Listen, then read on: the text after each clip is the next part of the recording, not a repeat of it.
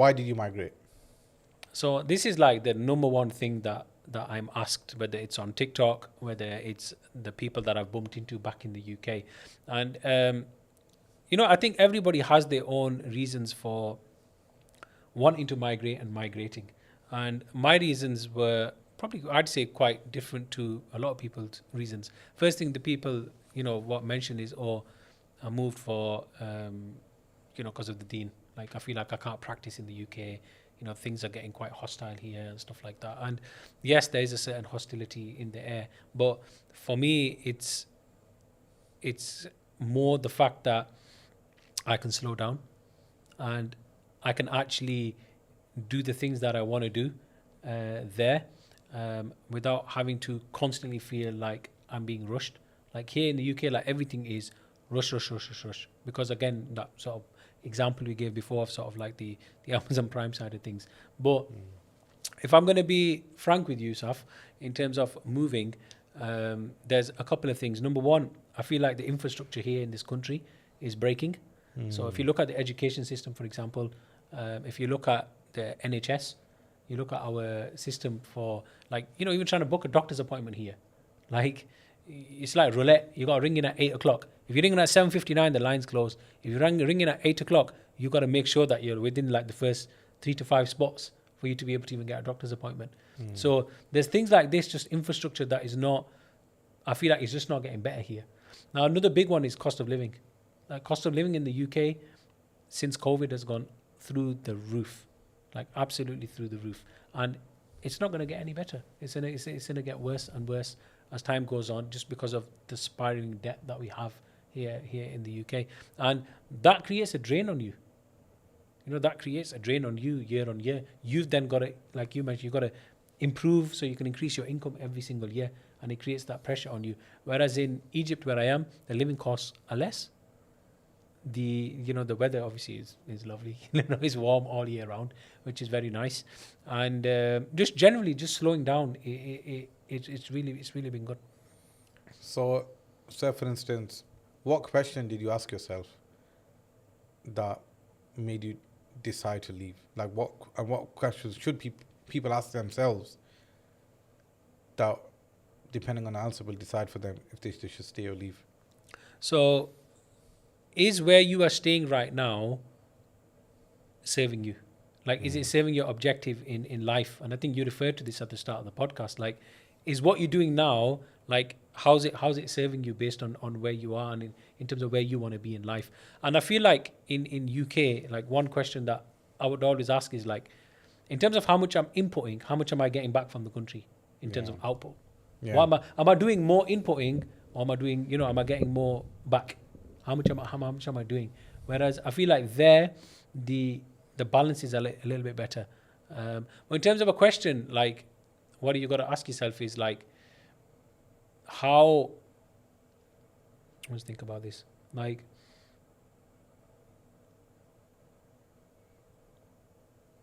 why do you think that? Sorry, I'm just thinking.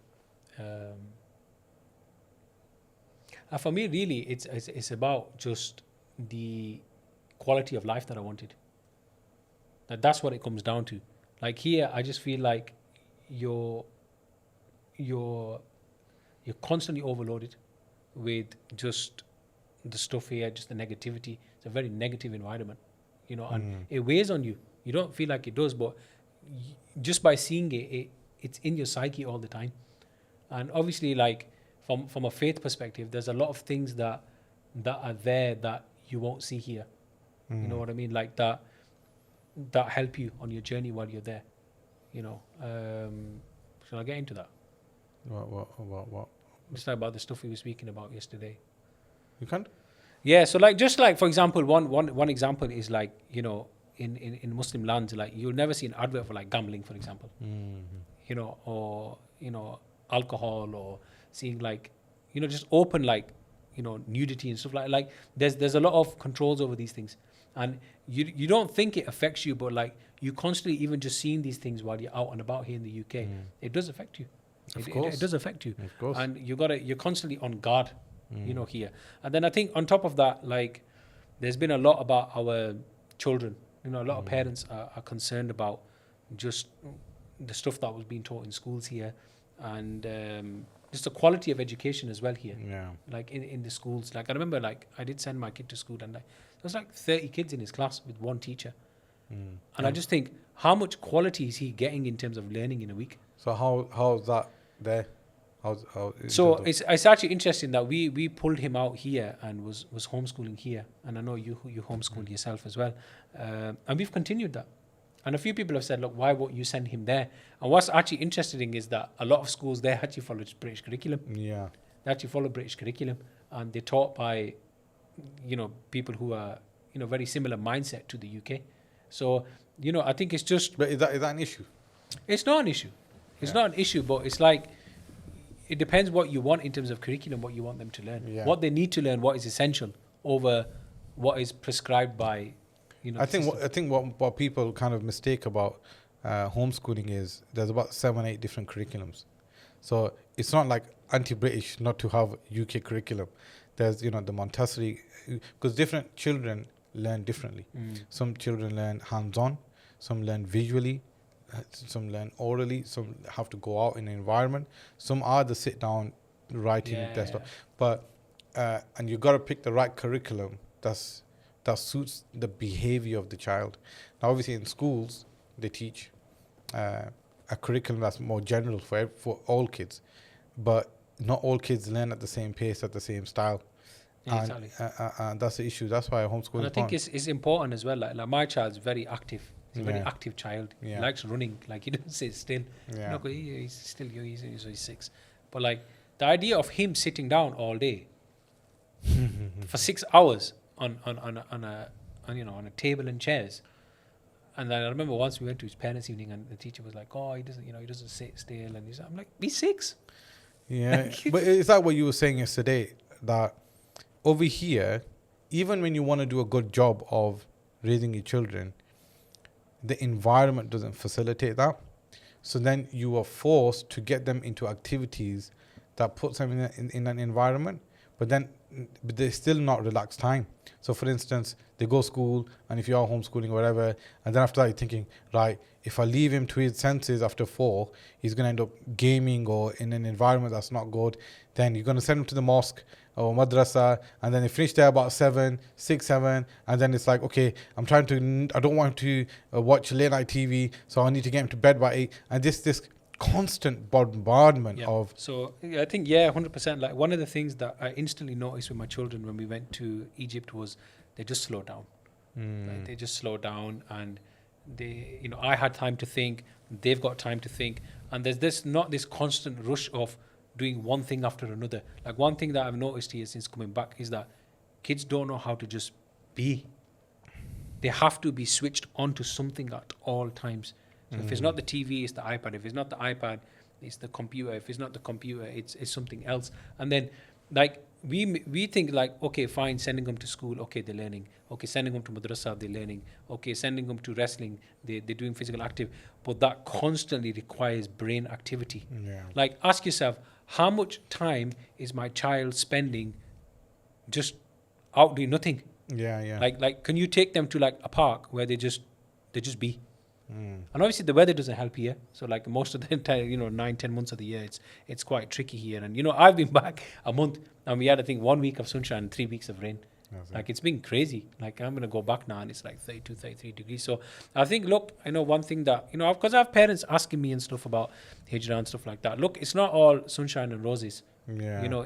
You are gonna have difficulty on your journey, and things there can be difficult as well. But what I would say is that, Sheikh Amr talks about this, like, because he does a lot of parenting stuff, and he said something to me before I went, and it kind of stuck with me. He's like, the grass is green where you water it. Yeah. So, like, if you're not putting in the work with your children here, you could take them to any Muslim country. You're going to have the same problems. So when you speak about that, for instance, you're saying, it's not as green as you may think it is. So which problem has it not solved that you thought it would, and which problem has been solved that surprised you a little? Yeah, so I think in terms of the problem that it has solved is, as I mentioned, That has not solved. has not solved. That you thought it would. Myself? You're like, okay. Like you think that going abroad is gonna fix your internal. Look, we've all got internal issues. Yeah. Like, I don't care who you are. Like, Yeah, of course, we've yeah. all got issues, whether it's anger, whether it's, talking too much, whatever it is. Everybody's got something that they're constantly working on. Yeah. So like, I've realized, like, whilst being there, like, you're put under pressure on certain things. Like, how do you handle that pressure? Like, I've realized by going there, like, you know what, maybe I'm not as good under pressure as I thought I was. Yeah. When I'm having to deal, because there, like, for example, it's still a very male dominated society. Like, my wife really doesn't do, like, obviously she does, alhamdulillah, she does a lot at home, but like, in terms of like admin side of things, there, she can't do anything really. Yeah. Whereas here in the UK, like, I can say, look, just ring this company up, ring them, get on a call center, deal with this, deal with this, deal with this. You realize, and then you're put in situations where you're under pressure. So it's like, okay, I only found that out by going there. That, look, maybe these things I thought that, I had handled, but them things never manifested in the UK. They've manifested there. So I've realized a part of me that, look, wait a minute, these are things that I need to work on. And has anything that has been solved after you've left that surprised you, that you didn't think that is actually going to be solved when you were, once you got there? Anything that surprised you that you didn't expect to have fixed or get fixed? I think it's been more like, I didn't expect to be a lot more productive there. Yeah, I just thought, like, I might just end up chilling more there, because it's nice weather and everything like that. But I found that I'm actually more productive there because I've got less distraction, because there's not the pressure of constantly having to do things. Yeah. Like, because of the weather, because of these things you mentioned about getting the kids out and all of this stuff, like, everything is kind of, it's a lot slower there. And obviously on Instagram it looks all good. Yeah, Of course. sunshine. Yeah, of course. Egypt, moved from the UK, whatever. And but what are the kind of 3 brutal truths that you don't see online about moving? So before I answer this question, like, those of you that are looking to make hijrah or move abroad, like, most of the guys that are selling you this stuff, especially from like the UAE and stuff, they really give you a false representation of what it is, because they're pushing lifestyle on you. They don't look. Nobody is showing you the nitty gritty behind the scenes of what is happening. Yeah. Nobody is showing you Exactly. that. It's because, and that's and if you believe that this is how truly people live, then you're deluded. There's something wrong with you. Like, you need to fix up. But in terms of what I would say, 3 things that were, that are brutal truths. Number 1 is the hardest thing. I'm going to be honest with you, is you are going to miss your family. Yeah. Like, you are going to be put in a situation where, like, look, I didn't see my parents for 7 months. For 7 months, I didn't see my mum and dad in the flesh, in person. That is very, very hard, and you will find it difficult. Okay, that's number 1. Secondly, is acclimatizing to a culture that you have no clue about. Think about it. You go into a new country, there's norms, there's customs, there's certain things the way they are. Like in people in Egypt, they don't really have a filter. Like, like, people here, they'll kind of think before they speak. I don't want to hurt his feelings or whatever. Egyptians don't care. And to be honest, I've kind of got used to it. I kind of like it now. But like, when I first went, I was like, these people don't care. They're just like, wait. It is what it is. Like, so it's getting used to that. And then thirdly, when you move to any place initially, it's the acclimatization period of actually settling in, that first few months, because you have got so much to learn.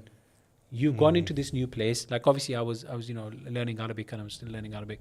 That takes time. So you don't know the language. And in certain places, in Egypt, for example, like most places, they don't speak English. It's Arabic. Like UAE, Middle East is different. They speak English there. But in Egypt, they still speak Arabic. And it's not like your Fusha Arabic clean that you learn in Arabic. It's Egyptian Arabic. And it takes a while to get used to. Then you've got to navigate things like admin stuff, visas. Again, you go to the visa office, hardly anyone speaks English. You've got to get a visa. You've got to print documents off. There's not a website you're going to go that's going to give you a checklist of things that you need to bring with you. You've got to figure that out. And you've got your 2 children with you. You've got your wife with you. Your children are fed up because they've just done an hour ride. They're there. They're fed up because there's like hundreds of people there. Like, these are challenges that you're going to have. Banking, internet, these are all things that you're going to have to... Well, here, to be honest with you, we take for granted. And look, we've come here to the studio today. Everything's nicely set up for us. We can connect to Wi-Fi, plug socket here, coffee on demand. There's no stress. You go there to see these things. You have to work for. So, but here's the thing: whatever you do, whether you decide to stay here, you're going to sacrifice something. Whether you decide to go abroad, you're going to have to sacrifice something. So, as I mentioned, like, you're going to miss your family and friends. Yeah, that's your hard. But what's the other hard? Dealing with the issues that you have with your kids. That's hard as well. So you've got to pick your heart, whether it's here, whether it's there, whether it's anywhere. But here's one thing I'll conclude on is I would suggest for everybody to try it. Go do 3 months, go do 6 months. What's the worst case scenario? You're going to come back and just carry on living.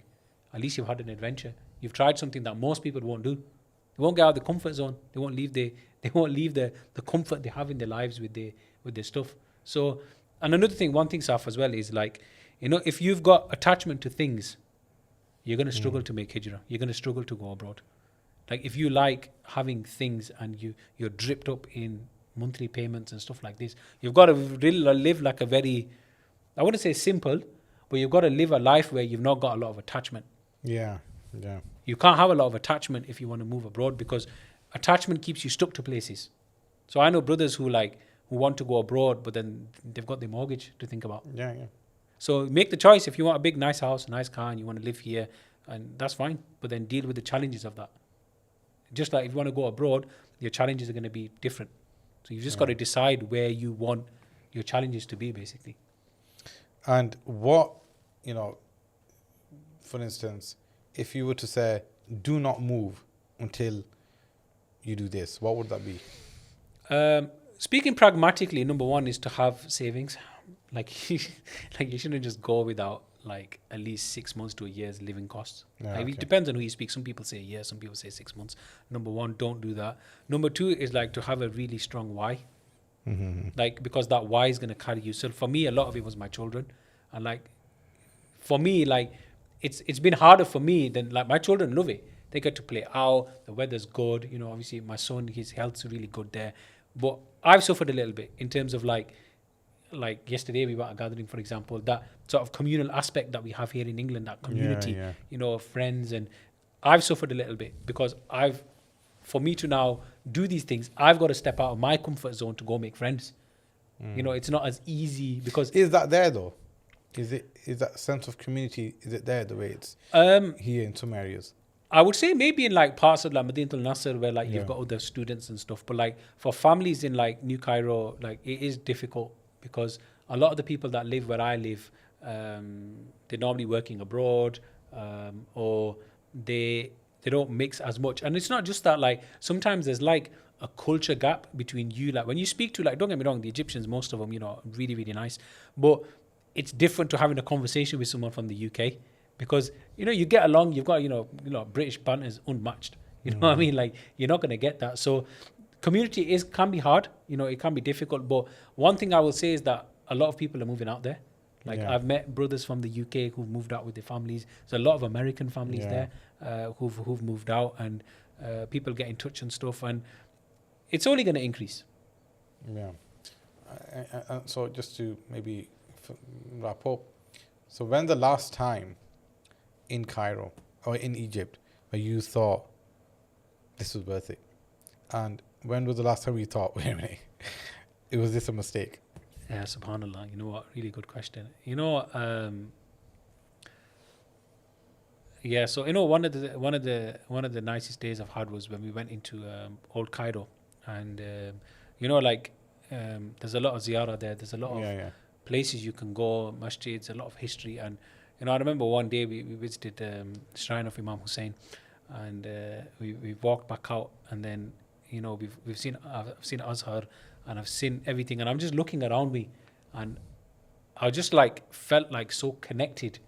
I felt so connected, and just thought, you know what, subhanallah, like this is like a 30-minute ride for me. Like whenever I need this energy, I can just come back here. You know what I mean? And it's available for me, and that's quite hard to find here. Connecting with that history, that tradition, it's quite hard to find here. And I was like, that sense of belonging. Yeah, like it just felt, I can't explain it. I just felt very, very peaceful, like very, very nice. And I just thought, subhanallah, you know what, like, yeah, this is it. And like another one for me as a personal thing, and normally I don't really share much about family and stuff online, but like another thing is my son. My son had really, really bad asthma here in the UK. And alhamdulillah, we went there, and for like a good 6-7 months, he's thriving. Alhamdulillah, he's never had to use his inhaler pipe or anything like that.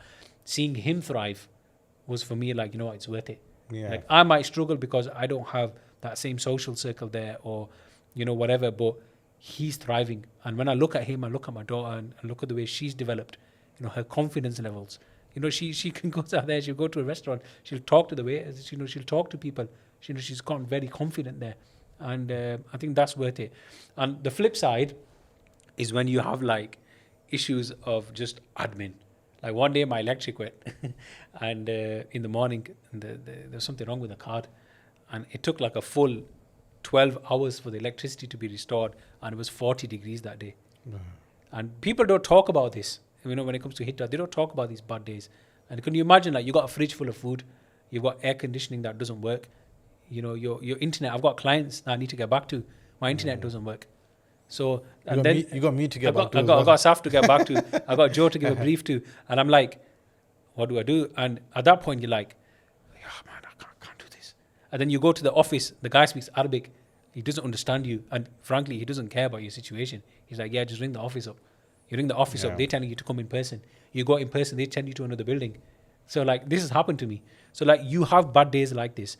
But it's them little moments that I mentioned to you, like when you're going to the old town, or when you, like, for example, I've got a sheikh that I read to, for example, my Quran and stuff, and sometimes I'll go see him, and he'll tell me a story about like a Palestinian refugee, because there's a lot of Palestinian, refugees in where I'm staying and stuff, and he'll tell me a story, and like, it's these little things and the everyday things that people do for you there.